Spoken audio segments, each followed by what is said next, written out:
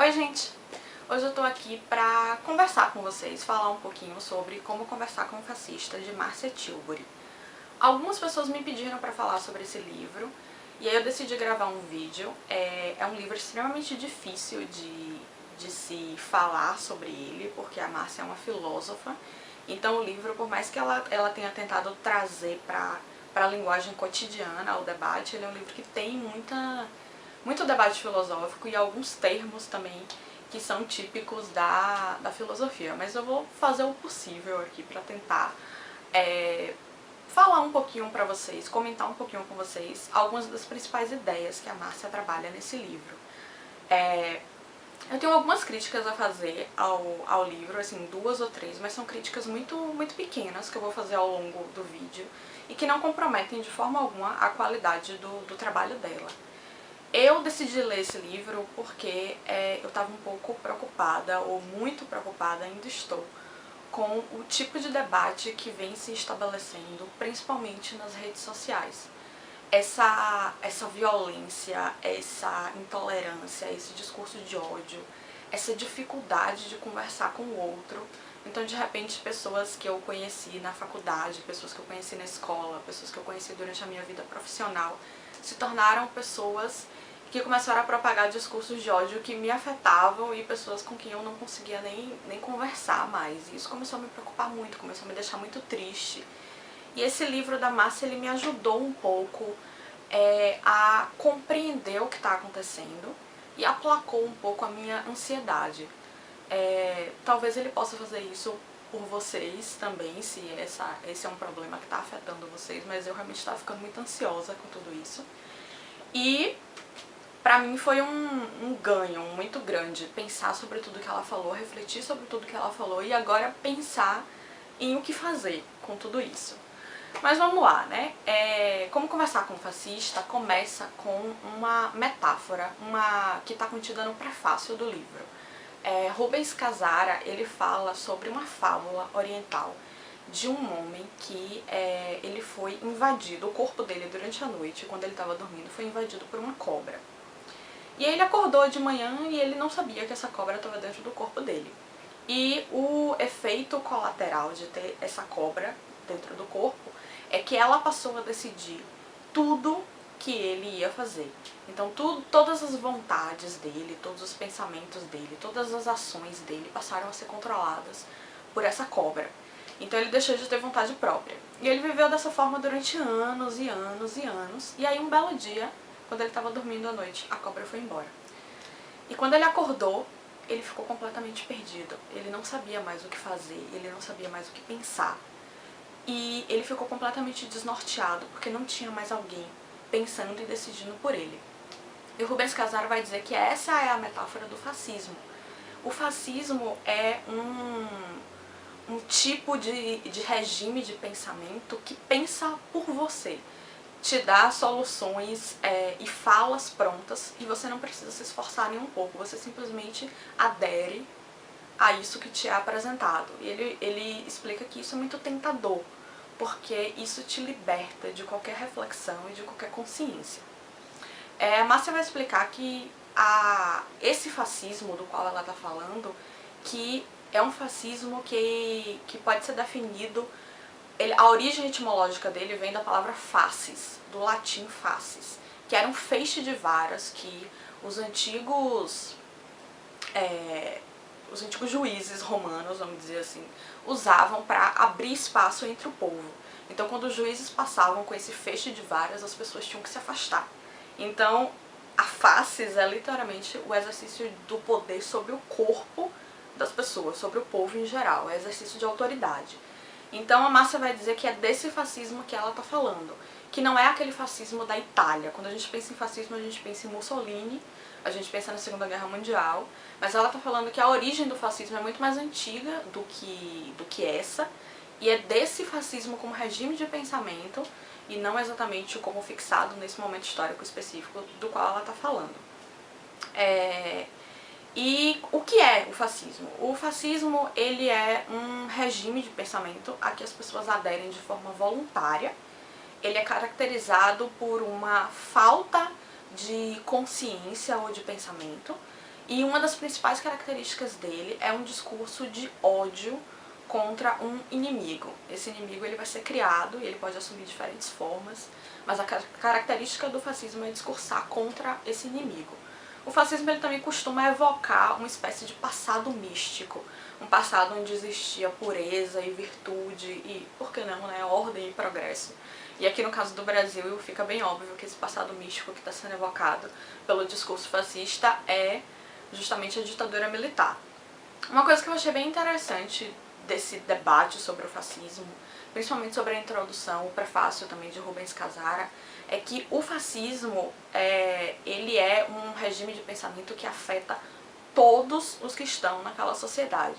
Então, não é que o outro é fascista e eu não sou. É que todos nós temos que tomar muito cuidado para não reproduzir os discursos fascistas. Então, esse livro, ao invés de ser uma espécie de arma para atacar fascistas, ele é uma autorreflexão também. É pensar no quanto que nós estamos reproduzindo o pensamento fascista sem saber que nós estamos reproduzindo o pensamento fascista. Então, o fascismo ele não tem propriamente uma ideologia. O fascismo ele não nasce de um projeto político ou de uma reflexão ideológica. Na verdade, a ideologia do fascismo, se é que se pode falar a ideologia, é de negação.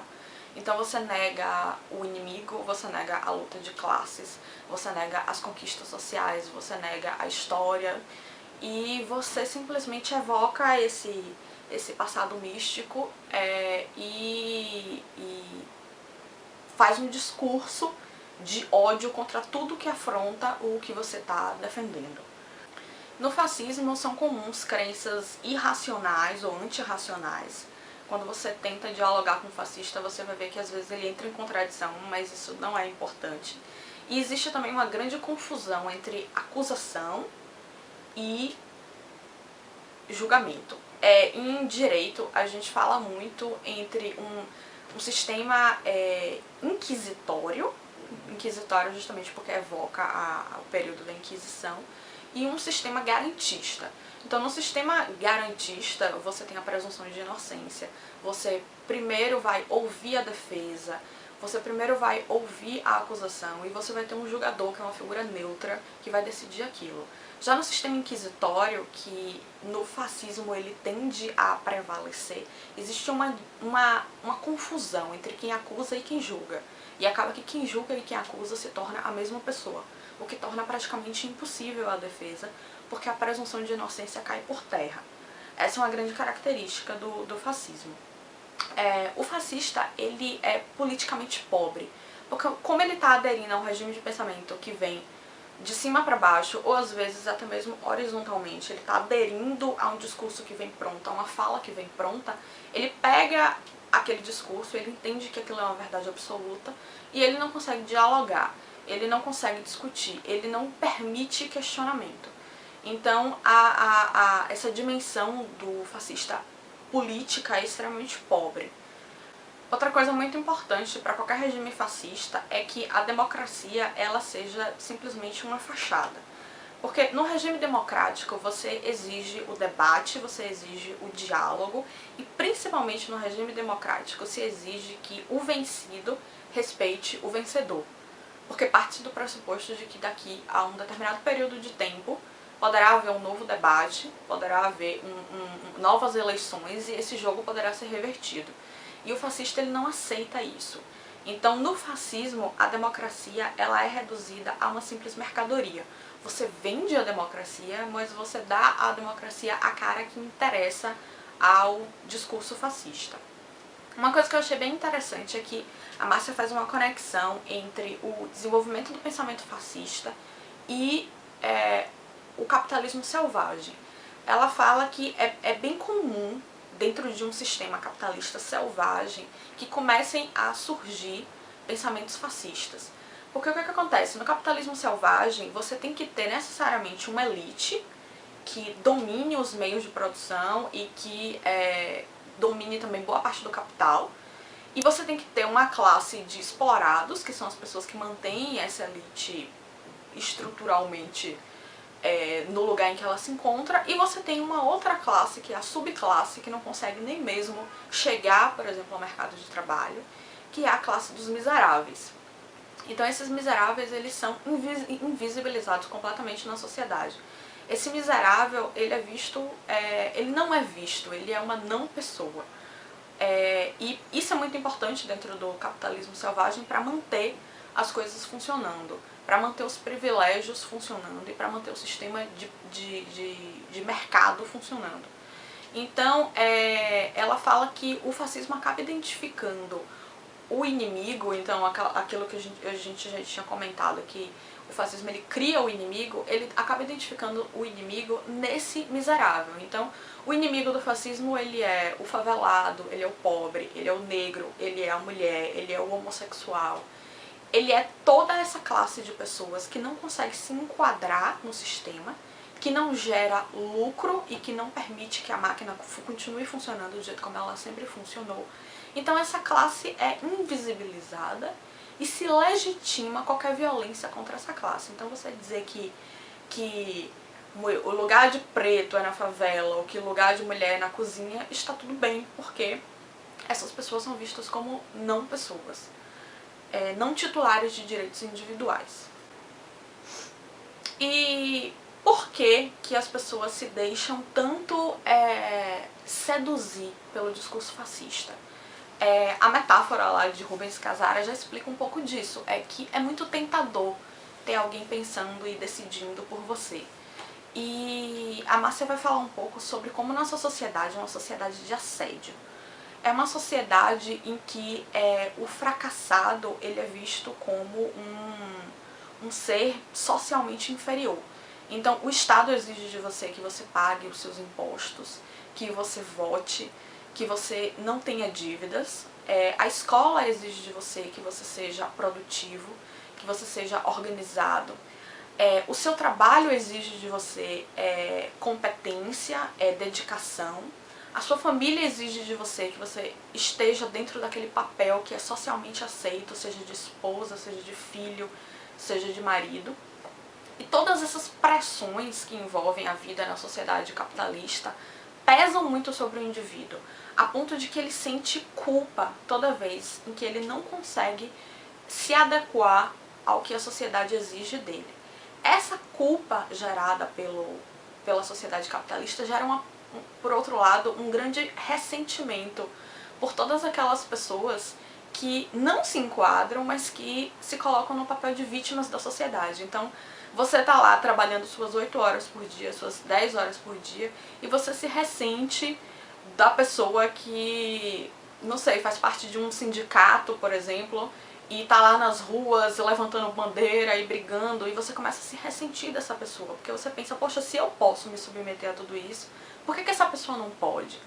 E aí você começa, aos poucos, a partir do ressentimento, você começa a sentir, primeiro, ódio dessa pessoa e segundo, medo do que ela tá defendendo. Porque o que ela tá defendendo é uma coisa que às vezes pra gente parece utópico ou parece impossível. E nós já estamos acostumados com a nossa vida, nós já estamos acostumados com o nosso salário no final do mês. Então é muito difícil lidar com essa classe que questiona, que põe em xeque, que quer mudanças. Então a Márcia vai falar que o mecanismo do fascismo envolve muito essa questão do medo-ódio. Você, ao mesmo tempo que odeia esse inimigo imaginário que é criado, você também tem um pouco de medo do desconhecido que ele te apresenta. E o que a Márcia vai falar é que essa sociedade em que a gente vive é uma sociedade que comercializa o medo. Não só o medo é estimulado, quando a gente assiste televisão, a gente liga a televisão, a gente vê que aconteceu um assalto não sei onde, que uma mulher foi estuprada não sei mais lá onde, e isso começa a exercer uma pressão muito grande sobre a sociedade, para que tenha medo de tudo. E por outro lado, a segurança vendida pelo Estado como uma mercadoria. E tudo isso ajuda a manter o sistema funcionando. Outro aspecto de viver em uma sociedade de assédio, como a Márcia fala, é a questão da depressão. a gente tende a achar que a depressão é culpa do indivíduo. Então, você não conseguiu se adaptar ao que a sociedade exige de você, então você tem depressão. Mas muitas vezes a gente não para pra pensar que a depressão é justamente um sintoma de que há algo de doentio nas exigências sociais. E não é estranho que a gente viva numa sociedade em que a depressão se tornou estrutural. A ansiedade e a depressão só vem aumentando na sociedade em que a gente vive, justamente porque as pessoas elas não conseguem atender a todas as expectativas sociais e elas sentem culpa por isso. E a válvula de escape pode vir de qualquer forma, pode vir através de drogas, pode vir através de depressão. Essa inadequação social que se joga em cima do indivíduo, na verdade ela é um construto social também. Eu achei isso bem interessante. Uma coisa que a Marcia explora também é a questão do conceito de Foucault de biopoder. Eu tenho até um vídeo falando sobre Foucault, sobre Vigiar e Punir de Foucault, eu vou deixar o link aqui para quem estiver interessado. O conceito de biopoder de Foucault é que ele é exercido sobre a vida do indivíduo. Enquanto na Idade Média o governo estava autorizado a, por exemplo, queimar uma pessoa em praça pública ou marcar ela a fogo, na sociedade moderna e contemporânea isso não é admitido. Mas isso não significa que o governo não tenha poder sobre a sua vida. Então Foucault explica que todas as vezes que um governo, por exemplo, deixa de adotar políticas públicas ou deixa de ter um projeto político voltado para as minorias ou voltado para os pobres ou para os miseráveis, na prática esse sistema de governo está exterminando essa população. É o que ele chama de matabilidade.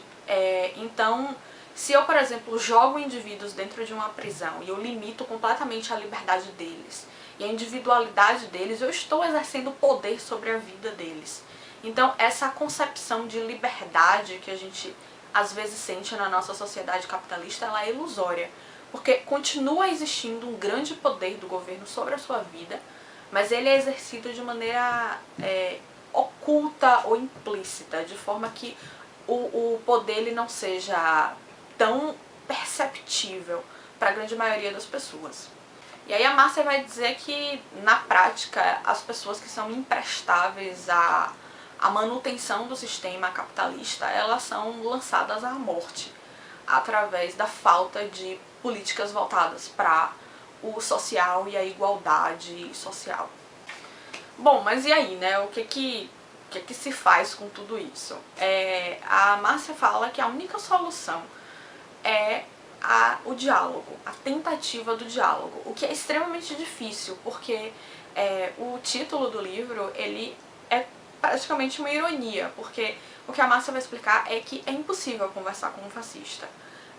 Quando você tenta conversar com um fascista, ele te joga verdades prontas, ele te joga falas prontas, a que ele simplesmente aderiu, e ele é completamente cego e surdo ao outro. A Marcia vai falar que uma necessidade da democracia e do diálogo é a percepção do outro enquanto outro. Então, quando você está conversando com alguém, você fala, mas você também escuta. E o lugar da escuta é o lugar de se colocar na posição do outro. Então, se você está escutando uma pessoa que mora numa favela, falando sobre a vida dela, você tem que se despir do seu eu e se colocar no lugar do outro. Como é a vida dessa pessoa? Que horas ela acorda de manhã? O que ela come? Quais são as expectativas dela? Quais são as perspectivas dela? O que um projeto político pode fazer em relação à vida dessa pessoa? E esse exercício de se colocar no lugar do outro, que é um exercício de empatia, é um exercício que, para o fascista, está extremamente embotado, porque ele vive sob uma perspectiva constante de medo, ódio, de falta de consciência e de reprodução de pensamentos prontos. É o que a Marcia vai chamar de pensamento publicitário. Então o fascista ele te vende um pensamento e você compra esse pensamento porque é muito confortável. Nossa sociedade, baseada no consumo, se baseia também em comprar da forma como te é vendido, sem grandes questionamentos. E o que é vendido para você como felicidade.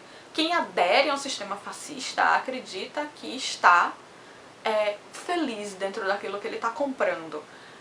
Então, quando a Coca-Cola, por exemplo, faz uma propaganda na televisão que você, quando bebe uma Coca-Cola, você abre a felicidade, não é à toa, ela está te vendendo não um produto, mas uma ideia.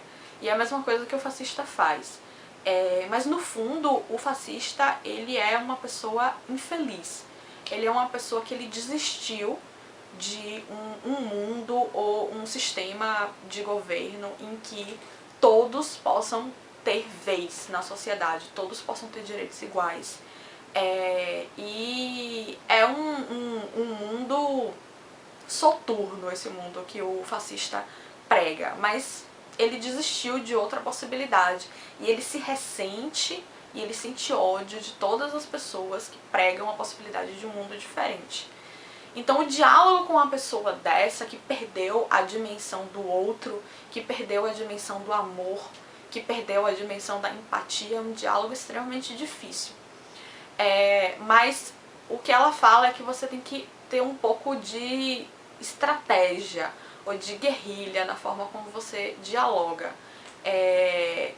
Não atacar frontalmente, mas tentar tecer argumentos com as pessoas que ainda não aderiram completamente ao sistema de pensamento, que às vezes elas estão reproduzindo o que elas estão ouvindo na mídia, elas estão reproduzindo um discurso pronto, porque elas não pararam para pensar, mas elas ainda estão em certos aspectos abertas ao diálogo. Eu vi uma entrevista com a Márcia, ela dizendo que ela não acredita que a maior parte da sociedade brasileira seja fascista. Ela acredita que existem discursos fascistas a que as pessoas estão aderindo, mas que as pessoas ainda podem exercitar a dimensão do diálogo e nós podemos tentar exercitar no nosso dia a dia a dimensão do diálogo. Pra mim foi o que ficou de como conversar com o fascista, é que o fascista típico você não pode conversar, mas quem está aderindo ao sistema de pensamento fascista ainda se pode tentar o diálogo, porque a pessoa pode não ter consciência do que ela está fazendo. Eu falei que eu ia falar um pouquinho... Eu falei que eu ia falar, é ótimo. Eu disse que eu ia comentar um pouquinho do que eu acabei não gostando tanto do livro. Em primeiro lugar, é que o livro ele é dividido em pequenos, como se fossem pequenos artigos que a Márcia escreveu. Eu achei que essa forma de organizar o livro às vezes acabou ficando meio confusa, porque um assunto é trabalhado no primeiro capítulo e ele volta a ser trabalhado, não sei, no 15º. Então o livro não é dividido por temas, agora eu vou falar disso, agora eu vou falar daquilo. Ele é dividido por esses pequenos textos que às vezes eles acabam se confundindo entre si. Então eu gostaria que o livro tivesse um pouco mais de link entre os diversos temas para uniformizar mais assim, os temas em debate. E outra coisa que assim, não é exatamente uma crítica, mas é uma coisa que eu fiquei me perguntando, é se o termo fascista é o melhor termo para ser utilizado aqui nesse contexto. Porque eu acho que quando você diz não se pode conversar com um fascista, não se pode dialogar com um fascista, eu acho que isso dá margem para o pensamento fascista dentro de você aflorar, que é você virar para uma pessoa e dizer eu não vou conversar com você porque você é fascista e não se conversa com fascista. E eu tô muito medo de que isso acabe virando um jargão entre quem lê esse livro ou quem tem um pensamento mais de acordo com esse livro, de deslegitimar o discurso do outro e simplesmente dizer o que você tá falando não interessa pra mim, eu não vou te ouvir porque você é fascista. Então eu fiquei um pouco... Na verdade eu fiquei pensando um pouco sobre isso, se melhor não seria falar, não sei, num pensamento autoritário ou numa forma de pensar autoritária, numa dificuldade para o diálogo, não sei, eu fiquei um pouco preocupada com uma generalização muito grande e fascista acabar virando um xingamento e impossibilitando o diálogo, porque o fascismo ele tá tanto na direita quanto na esquerda, ele existe todas as vezes em que você inviabiliza o diálogo porque você acredita na verdade absoluta daquilo que você está falando e você não tem compromisso com a argumentação, com o diálogo, com o debate, com a dimensão do outro. Então é isso. Espero que vocês tenham gostado do vídeo. Comentem aqui embaixo o que é que vocês acharam, de maneira educada, por favor, gente, porque, né? Enfim. E um beijo, até o próximo.